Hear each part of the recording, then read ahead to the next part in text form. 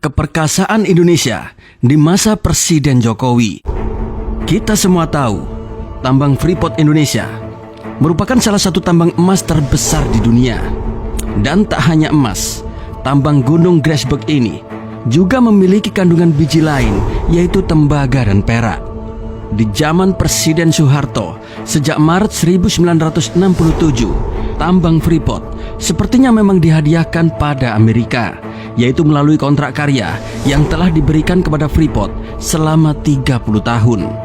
Kontrak karya itu ditandatangani pada 7 April 1967. Dan peristiwa ini terjadi 3 pekan setelah Soeharto dilantik sebagai Presiden Indonesia. Kontrak semestinya berakhir pada tahun 1997, tapi entahlah kenapa Presiden Soeharto ternyata menyepakati kontrak karya kedua, bahkan sebelum batas kontrak pertama pun habis, yaitu sekitar pada tahun 1991. Kontrak kedua pun kembali diteken oleh Soeharto serta pihak Amerika. Dan di zaman Presiden Jokowi lah pengambilan saham kepemilikan PT Freeport yang sudah berpuluh-puluh tahun dipegang secara mayoritas oleh Amerika akhirnya berhasil direbut oleh pemerintah Indonesia dengan 51% saham menjadi milik Indonesia. Setelah 51 tahun hanya menjadi penonton, kini Indonesia pun jadi penguasa saham mayoritas di tambang emas terbesar yang ada di bumi Papua tersebut. Perjalanan panjang upaya pemerintahan Presiden Jokowi untuk mengembalikan tambang emas terbesar di dunia ini bukan sebuah perjalanan yang gampang dan mulus. Dan berkat kegigihan Presiden Jokowi, Indonesia kini menguasai kendali atas Freeport serta mengembalikan kepangkuan Indonesia. Keperkasaan Presiden Jokowi tak hanya sampai di sini. Blok Rokan dan Blok Mahakam pun yang sebelumnya dikuasai oleh asing, kini juga mulai dikelola secara mandiri oleh Indonesia. Kemudian Blok Mahakam itu sudah 100% kita ambil dan kita berikan ke Pertamina. Nih, 100% udah. Di wilayah kelautan, Presiden Jokowi pun kembali membuat decak kagum dunia, yaitu atas perebutan kepulauan serta perairan Natuna, yang sebelumnya selama berpuluh-puluh tahun juga Cina telah mengklaim Laut Natuna, yaitu berdasarkan klaim secara sepihak dengan dasar Nendas Land. Nendas Land atau 9 garis putus-putus yang Cina terapkan tidak punya landasan dalam hukum internasional manapun, kata Presiden Jokowi. Sebagaimana dikutip dalam harian Jepang Yomiuri Shimbun yang diterbitkan menjelang lawatan resminya di negeri Sakura tersebut, yaitu pada bulan Maret 2015. 9 garis putus-putus atau Nendas Land adalah sebuah kawasan wilayah yang diklaim oleh Cina di peta Laut Cina Selatan, yaitu sebagai wilayahnya. Kawasan itu mencakup sekitar 90% dari 3,5 juta kilometer persegi perairan tersebut. Hal tersebut praktis bersinggungan dengan klaim sejumlah negara, termasuk Vietnam, Filipina, serta beberapa negara ASEAN lainnya. Di zaman Presiden SBY juga sebenarnya bersikap sama seperti halnya Presiden Jokowi, yaitu menentang klaim Cina atas Nendas Land, tapi lagi-lagi mangkrak alias tidak ditindaklanjuti. Klaim ini ditentang pemerintah Indonesia pada Juni 2016. Bahkan Presiden Jokowi langsung melakukan kunjungan ke perairan Natuna yang dianggap oleh dunia internasional sebagai sinyal agar Cina tidak bermain api dengan Indonesia. Dan sebagai sikap keseriusan Presiden Jokowi atas penentangan terhadap klaim pemerintah Cina pada Laut Natuna yang berada di Laut Cina Selatan, Presiden Jokowi kala itu memboyong beberapa menteri untuk melakukan rapat terbatas di atas kapal perang TNI di Laut Natuna.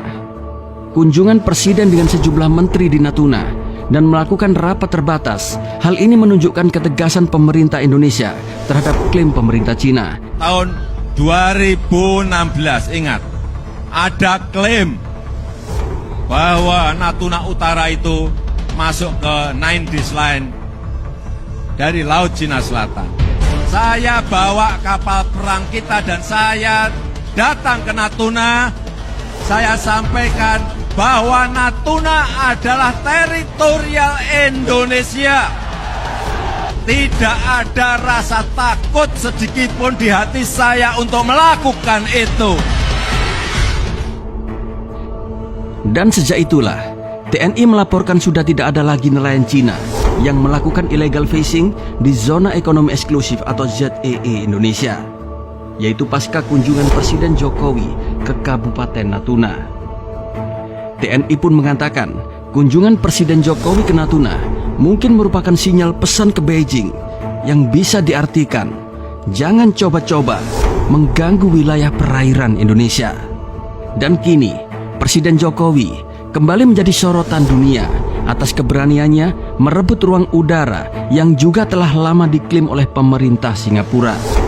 Kemarin, pada tanggal 9 September 2022, Presiden Jokowi pun menandatangani Peraturan Presiden Nomor 109 Tahun 2022 tentang pengesahan persetujuan antara Pemerintah Republik Indonesia dan Pemerintah Republik Singapura, yaitu tentang penyesuaian batas antara Flag Information Region Jakarta dan Flag Information Region Singapura.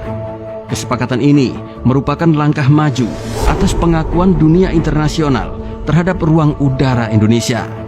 Saat itu Presiden Jokowi menjelaskan, ruang udara di Kepulauan Riau dan Natuna sudah lama dikelola Singapura. Kini ruang udara tersebut pun berhasil dikembalikan pengelolaannya ke Indonesia.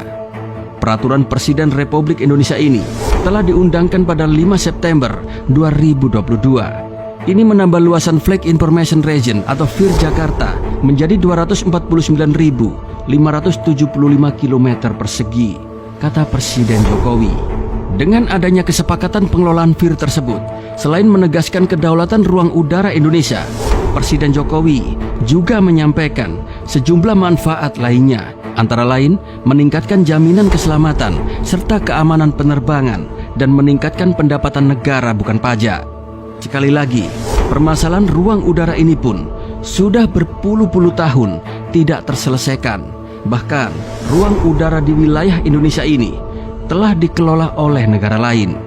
Dan di tangan Presiden Jokowi, semua pun bisa kembali ke pangkuan Ibu Pertiwi. Sudah lama ruang udara kita yang berada di atas Kepulauan Riau dan Natuna dikelola oleh Singapura. Dan berkat kerja keras semua pihak, kita telah berhasil mengembalikan pengelolaan ruang udara di atas Kepulauan Riau dan Natuna kepada NKRI. Keberhasilan kepemimpinan Presiden Jokowi dalam merebut ruang udara ini membuktikan bahwa Indonesia sekarang sudah betul-betul mampu mengurus dirinya sendiri. Selain FIR, ada dua kesepakatan lain yang telah dirampungkan, yaitu masalah ekstradisi dan DCA atau Defense Cooperation Agreement. Di sini, saya sebagai rakyat negeri ini sangat begitu bangga akan keberanian serta kegigihan Presiden Jokowi, yaitu dalam merebut wilayah-wilayah kedaulatan NKRI.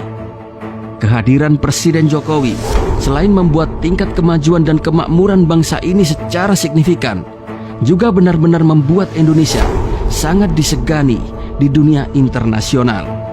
Semoga Presiden Jokowi selalu diberi kesehatan serta diberi perlindungan oleh Allah Subhanahu wa Ta'ala, dan semoga kita semua sebagai bangsa Indonesia dijauhkan dari segala kufur nikmat atas kemajuan besar bangsa ini. Salam NKRI dan salam dari rakyat jelata.